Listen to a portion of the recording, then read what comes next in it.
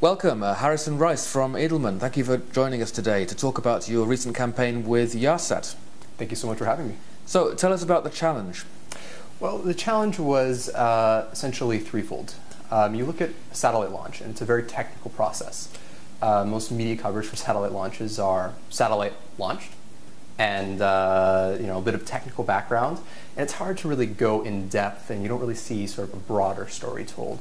What Yahsat wanted is they wanted a sense of pride built in the nation. So that put an onus on us to tell kind of that broader story that went beyond the immediate technical details. Few kind of hindrances to that. The UAE actually already has 2 satellites in orbit and had at the time that Yahsat was launched. Arab world has several satellites. The satellite itself was being launched in French Guiana on the other side of the world.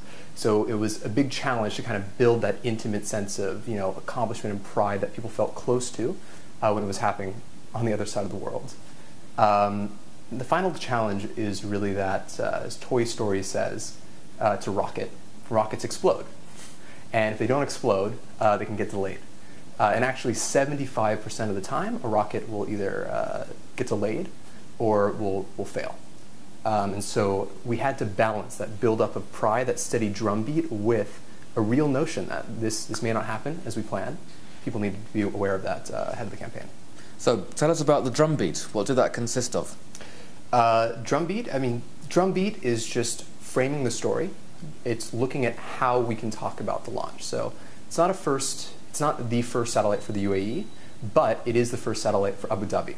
It's also the first multi-purpose satellite for the UAE. So it's articulating that language of pride and breaking apart those stories. It's also looking at the various kind of human angles to the story. So for example, the engineers who control the satellite are Emiratis, and it's a great example of Emiratization. So we wanted to put them at the forefront, getting them profiled to sort of build, again, that sense of pride towards the launch itself. Tell us about the tactics and the strategy that you chose for this campaign. What was it that was innovative or remarkable? Why have you won this award? So in addition to, of course, that editorial calendar where we really looked to frame this in a way that would get that sense of pride across, we realized that we had to step beyond. We realized that we had to engage with the community on a person-to-person basis. And we did this in 2 main ways. First way is we took the Emirati engineers and we put them on school tours to engage with students. Our research showed that the pester power of youth, going home and talking to parents, talking to their friends, was actually a great way to build awareness. We reached over 1,000 kids through this initiative. And you put the knock-on effect of telling friends, telling parents, that actually generates a good amount of awareness. Second thing we did is we wanted to illustrate a sense of pride.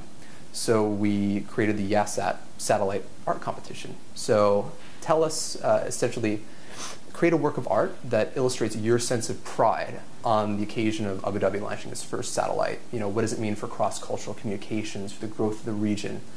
We actually received over 30 entries to this competition, got some great coverage, the Oasis page in the National, full-page spread in Time Out Abu Dhabi during the art exhibition itself.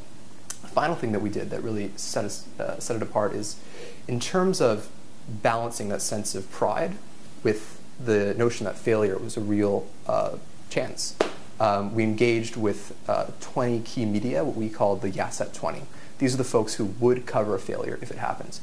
And we gave them front end, here's the positive story of Yahsat, here's what it will mean for Abu Dhabi and for the region, and here are the realities of the launch. These are industry realities, and these are realities that we face and we're aware of going into this. And let's talk about what happened as a result. Did you measure outcomes? What was the benefit for the client of the campaign? Benefit of the client? Well, you look at a standard satellite launch campaign, you get a few matter-of-fact headlines, satellite launched. This is what it's doing. On the launch day itself, you had really beautiful, emotive headlines. You got the front page of nearly every newspaper with headlines like Abu Dhabi enters Abu Dhabi enters orbit of glory. Just these really expressive headlines that were broadly reflective of the steady drumbeat that we have built up to that point. We got great coverage with the art competition, which again got across that sense of pride. But really, when the satellite launched, got delayed, and it did actually get delayed, one of the most catastrophic delays in the history of the launch agency. Main booster ignited, the satellite, or rather the rocket, then sensed a failure internally and shut down. This has only happened once in the history of Arianespace, on the first launch about between 20 and 30 years ago. When this happened to us, we did get some pickup in the press, but nearly all of the coverage, 11 out of 12 articles that occurred, clearly conveyed our crisis messaging, which is something that just demonstrated the success of the work that we had done building up to that point. I'd say finally, we did some digital engagement around the launch as well. We had a microsite which hosted centrally launch footage. It also linked to Facebook and Twitter pages, so we created a broader community, and the conversations that were going on these communities as well. Just really enthusiastic. Again, conveying that sense of pride, conveying that sense of accomplishment that just reflected, I'd say, positively on the campaign.